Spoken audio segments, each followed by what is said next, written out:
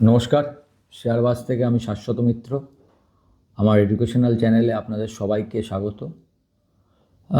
Nifty যেরমভাবে শুরু করেছিল, প্রথম 1 ঘন্টা 850, 870, ওই জায়গাটায় যদি থাকতে পারতো, অবশ্য থাকার কথাও নয়। আপনাদের বলেছিলাম যে সবসময় মার্কেটে একটা ফ্যাক্টর আছে যে আজ অবধি সব ঠিক আছে, আবার বিকেলবেলা কী আসে, মানে কেউ মার্কেট নিয়ে আপনি একটা যে লং টার্ম কিছু ভাববেন, ফর দ্য টাইম বিং কিছু ভাববেন, এই ভাবনাটা কিন্তু আসছে না, কিছুতেই আসছে না।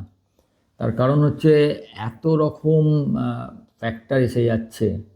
ধরুন, ইরানের সঙ্গে আমরা আজকে সকালে জানলাম যে ইরানকে বলেছে যে আপাতত ইরান আমাদের কথা আলোচনা করছে, এক্ষুনি এর বেশি কিছু করার দরকার নেই, ট্রাম্প বলেছেন।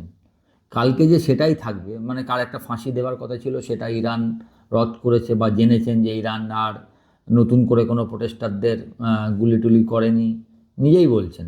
এখন এই খবরটা তো উনিই জানেন, কারণ ইরানের তো সমস্ত নেট বন্ধ, বাইরে কিছু আসছে না। তো এখন বলছেন ঠিক আছে, ইরানের সঙ্গে ঠিক আছে। তো তার ফলে কী হলো, দুটো জিনিস হলো। একটা দেখবেন যে ক্রুড অয়েলটা $66 থেকে গিয়ে আবার $64, মানে ক্রুড অয়েলের যে একটু শান্ত হলো আর কি। একইভাবে আপনার মার্কেটগুলো একটা পজিটিভ ভিউ নিল যে ঠিক আছে, আপাতত যুদ্ধের ব্যাপার নেই, সবই পজিটিভ একটা ভিউ চলে এলো। কারণ এইগুলো পুরোটাই খারাপ ছিল, কিন্তু মেন খারাপ মেন মানে কি, আপনি যদি টেকনিক্যালি ধরেন, যেরকম ধরুন ডলার ইন্ডেক্স কি আগের থেকে নেমেছে না?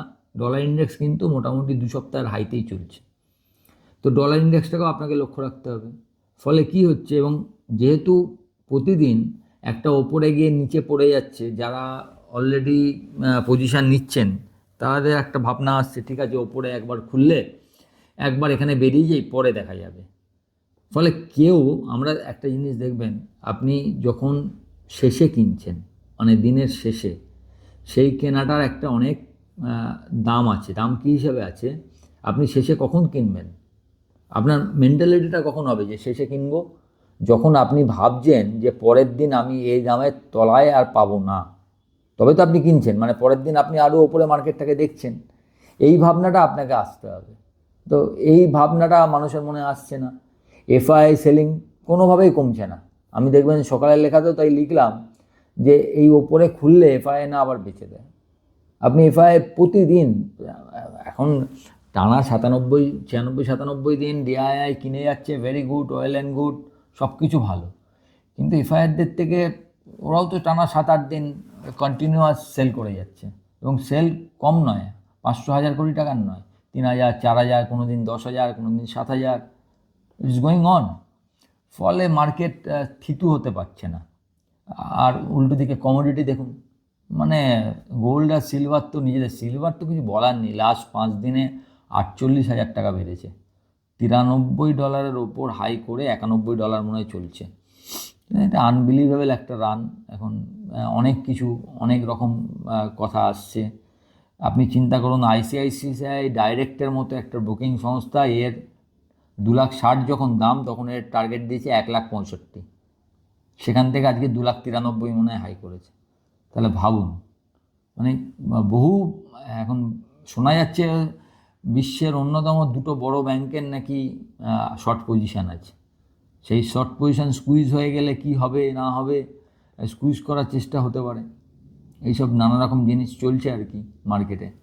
তো সিলভার, গোল্ড এবং কমোডিটি, আপনি অন্যগুলোও দেখুন, যদিও আজকে সামান্য বেস মেটালগুলো পড়েছে, কপার টপার একটু পড়েছে, তাই একটু একটু একটু নিচে এসছে, 2-3% মতো নিচে এসছে স্টকগুলো, যেমন ন্যাশনাল অ্যালুমিনিয়াম বা হিন্দ কপার বা হিন্দ জিঙ্ক। বেদান্ত অবশ্য প্রথমে নিচে নামলেও পরের দিকে আবার ঠিকঠাক 680-র ওপরে নতুন, মানে কালকের দামের থেকেও ওপরে 1% ওপরে প্রায় নতুন ক্লোজিং দিয়েছে, এবং আজকেও নতুন হাই করেছে। তো বেদান্ত, যেহেতু একটা খবর আছে যে এটা ভাগ হতে পারে এবং সেটা 2026-এর মার্চের মধ্যেই হবে, হয়তো সেটাকে একটা দাম করছে। আগের দিনের ভিডিও করার পর একজন লিখেছে, দেখলাম যে বেদান্ত নিয়ে আপনি কেন, সুকান্ত ভট্টাচার্য মনে হয় নামটা, আপনি কেন এত পজিটিভ, এটা একটা ফ্রড কোম্পানি। এখন কোনো কোম্পানিকে আপনি এই হিসাবে ফ্রড বলতে পারেন না। সে একটা ডিলিস্টিংয়ের অফার দিয়েছে বলে সে ফ্রড হয়ে গেল? এলআইসি বলেছে না আমি রাজি নয় ডিলিস্টিংয়ে, তাহলে ডিলিস্টিং হয়নি, ওপরে গেছে। আর বেদান্ত যে এত লোন আছে, এত ধার আছে, these are all in the public domain. সব কিছু তো পাবলিক ডোমেনে আছে। আপনি জানলেন কী করে পাবলিক ডোমেনে না থাকলে? তা পাবলিক ডোমেনে থাকার পর যদি কেউ এটাকে কেনে, তাহলে আপনি এটাকে কিভাবে বলতে পারেন ফ্রড? ও তো এটা লোকায়নি যে আমার এত টাকার লোন, তারপরে আমি ডিভিডেন্ড দিচ্ছি। আপনি সব জানেন কি লোন আছে, কি কি হাইকোর্টে বিভিন্ন খনির থেকে তোলা নিয়ে যে পরিবেশের ছাড়পত্রের ব্যাপারে যে প্রবলেমগুলো আছে, এই যে সোবো তাওয়ান্ডি পাওয়ার নিয়ে যে প্রবলেম চলছিল, এটাকে যে এর মধ্যে ঢোকাতে চাইছিল না, these are all in the public domain. আমরা ফ্রড কখন বলি? যখন আপনি পাবলিক ডোমেনে না বলে ভেতরে ভেতরে কাজ করে পরে লোকে জানতে পারে। বেদান্ত তো সব কিছু ডিসক্লোজ করে দিয়েছে। তো these are all in the public domain. হ্যাঁ, আপনি বলতে পারেন এই শেয়ারটা আমার পছন্দ নয়, সেটা হতে পারে। এটা একটা আলাদা ফ্যাক্ট যে আপনার পছন্দ নাও হতে পারে। সব শেয়ার যে সবার ভালো লাগবে আপনার মনে হতে পারে ভ্যালুয়েশনটা ভুলভাল, কিন্তু অ্যাকচুয়ালি 500 টাকায় যখন আমি বলতাম, তখন Vedanta is the cheapest stocks in the metal sector. এবার 680 টাকা, 500 থেকে 680, 35%। যার মনে হবে সে বুক করতে পারবে। আমার মনে হলো আমি বুক করেছি, হয়ে গেল। এর বেশি তো কিছু বলার নেই। আপনি কেন বলছেন এটা প্রশ্ন না, প্রশ্ন হচ্ছে আমি এমন কিছুকে বলছি যেটা জেনে যে এই খবরগুলো কেউ জানে না, সেটা নয়। সুতরাং জেনে আপনি যখন নিচ্ছেন এবং তারপরেও যখন সেখানে এফআইআই নিচ্ছে এবং তার যে পজিটিভিটি, যে ধরনের ডিভিডেন্ড পাওয়া যায় বেদান্ত কিনলে, যে ডিভিডেন্ড ইয়েলটা যে ধরনের, সেটা আপনি অন্য কোনো শেয়ারে পাচ্ছেন না, মানুষ পছন্দ করছে, তো সেই জন্য বাড়ছে। যখন মানুষ চাইবে না, পড়ে যাবে। আপনি তো ভ্যালুয়েশান অনুযায়ী যখন মানুষ বুঝবে না ভ্যালুয়েশানটা অনেক বেশি হয়ে গেছে, এই দামে নেওয়া যাচ্ছে না, তখন আবার নিচে যাবে। সুতরাং এটা আমার বলার ওপর কিছু এসে যায় না। আমি যদি এমন কিছু দেখি, আমি কি বলেছি, corporate governance issue. Corporate governance issue মানে কি? আপনি কোনো কিছু লুকিয়ে গেছেন, বলেননি, আপনার এখানে কর্পোরেট গভর্নেন্স মানা হচ্ছে না, এমন কাউকে আপনি নিয়ে এসছেন যেটা শুধুমাত্র আপনার সঙ্গে সম্পর্ক আছে বলে হচ্ছে, আপনি নিয়ে এসছেন কিন্তু তার কোনো যোগ্যতা নাই, এরম লোক ওপরে উঠে আসছে। এইগুলো হচ্ছে কর্পোরেট গভর্নেন্স ইস্যু। বা সে কিছু লুকিয়েছে বা সে কিছু ঘাবলা করেছে, যেরকম ধরুন তার যেটুকু টাকা ব্যালেন্স শিটে যেটা দেখাবার কথা, তার এগেনস্টে অন্য কিছু দেখিয়েছে বা নিজেদের মধ্যে টাকার লেনদেন করেছে। কিন্তু বেদান্তর যা যা হয়েছে সব ইন পাবলিক ডোমেন, তাই আপনি এটাকে কর্পোরেট গভর্নেন্স ইস্যুর মধ্যে ফেলতে পারবেন না। আপনি আপনার শেয়ারের ডিলিস্টিং অফার দিতেই পারেন, নেব কিনা তো সেটা আমার ওপর।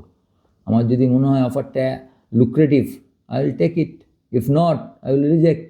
এলআইসি লুক্রেটিভ মনে হয়নি, মনে হয় যে দাম কম দিচ্ছে, এলআইসি রিজেক্ট করেছে। এবং এলআইসি যেহেতু তারপরে আলটিমেটলি আনেনি, ডিলিস্টিং হয়নি, এই তো ঘটনা। এরমভাবেই সমস্ত কেন্সের ক্ষেত্রে আলাদা।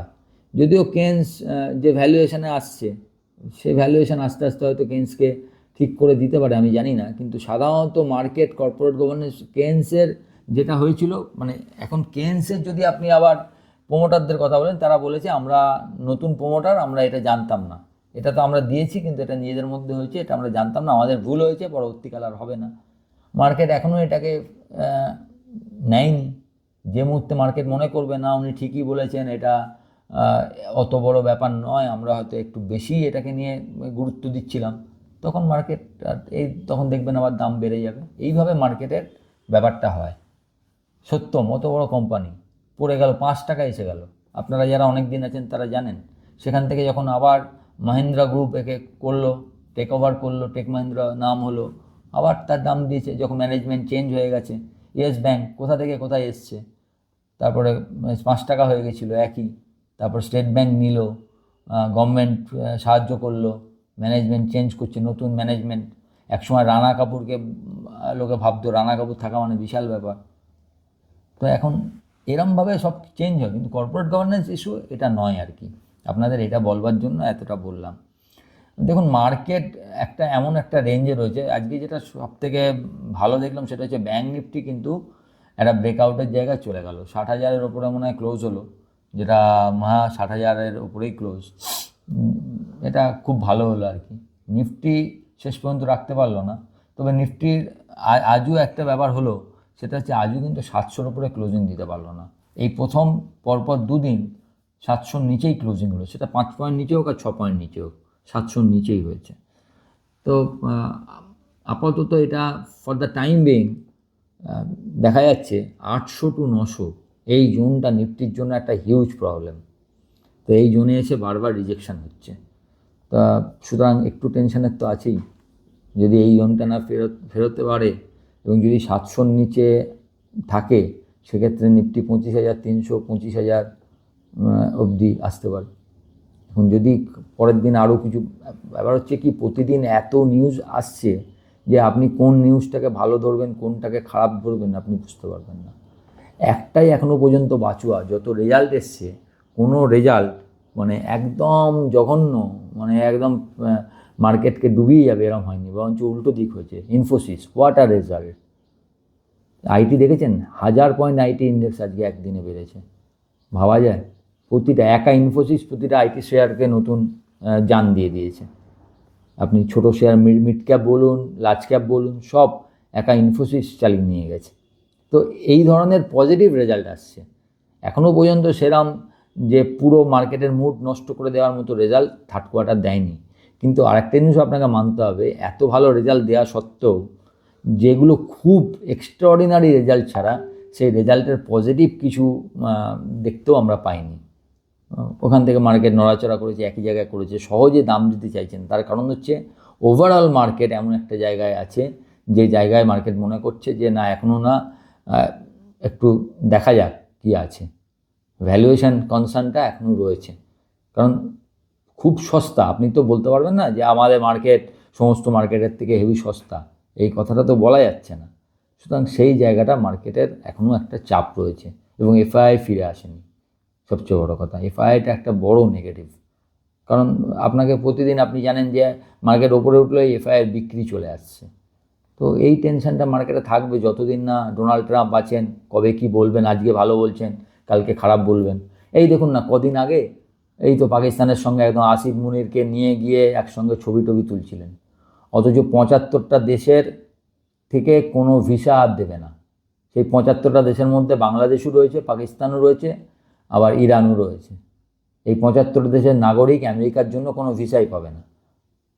কদিন আগেই আসিফ মুনির একদম ওনার প্রিয় পাত্র ছিল। সুতরাং ওনার মুড কখন কি হচ্ছে, গুড লাক যে আমরা নেই, কিন্তু ওকে কিছু বলা যায় না, ও কবে কি করবে কোনো ঠিক নেই। মানে ওকে বিশ্বাস করা যায় না আর কি। আপনি এখন বলছেন যে এটা ঠিক আছে, কালকে আবার ওনার মুড খারাপ হলে উনি আলাদা কিছু করতে পারেন। আপনি দেখেছেন আগের দিন যে কোর্টও কোনো রায় দেয়নি। সাধারণত আমেরিকান কোর্ট ফোর্টে আমি আগে যা দেখেছি ওরা মোটামুটি ডেটে যা হয় চলে আসতো। এই ভারতের মতো তারিখ পে তারিখ হচ্ছে, ওটা তো পরে 2 দিন হয়ে গেল নতুন, যে এই তারিখের পরে আবার ওই তারিখ। বরঞ্চ আমরা এখন আস্তে আস্তে আরও ফাস্ট করার চেষ্টা করছি, হিউজ যে বার্ডেন আছে কোর্টের ওপর সেটাকে কমানোর চেষ্টা করছি। তো আমরা চেষ্টা করছি। এর মধ্যে দুটো ভালো খবর আছে, সেটা আপনি মাথায় রাখতে পারেন। একটা হচ্ছে মানে ইউরোপিয়ান ইউনিয়নের সঙ্গে 26 তারিখের মধ্যে আমাদের ট্রেড ডিল হয়ে যেতে পারে। আর সেকেন্ড খবরটা অনেক হয়তো দেখেননি, মিস করে গেছেন, সেটা হচ্ছে আমেরিকার সঙ্গে এত 50% হওয়ার পরও টোটাল ট্রেড ডেফিসিট আগের বারের থেকে মাত্র 1.5%। মানে আগে যা আমরা করতাম, এক্সপোর্ট করতাম, তার থেকে মাত্র 1.5% কম। মানে আমরা আলাদা আলাদা অ্যাভিনিউ খুঁজে নিয়েছি। আমেরিকা বন্ধ হলো অন্য জায়গায়, সেই জায়গাটাকে আমরা আস্তে আস্তে পূরণ করার চেষ্টা করছি। এখন আমেরিকাকে ভাবতে হবে যে তারা ট্রেড ডিলটা চায় কিনা, কারণ তাদেরও তো অপশান। এত বড় একটা ইকোনমি, তাদের সঙ্গে আপনি কোনো যে এবং যেটা ফাস্টেস্ট গ্রোয়িং ইকোনমি, সেই ইকোনমির সঙ্গে আপনার কোনো সংসদ থাকবে না, এটা আশা করি আমেরিকাও চায় না। লেটস হোপ যে ইউ ডিলটাও হবে, আমেরিকার ডিলটাও হবে, ইরানের ব্যাপারটা মিটবে। তাইওয়ান অলরেডি দেখেছেন, তাইওয়ান নিয়ে একটা কথা হচ্ছিল, সঙ্গে সঙ্গে তাইওয়ান আমেরিকাকে একটা বড় অর্ডার দিয়েছে।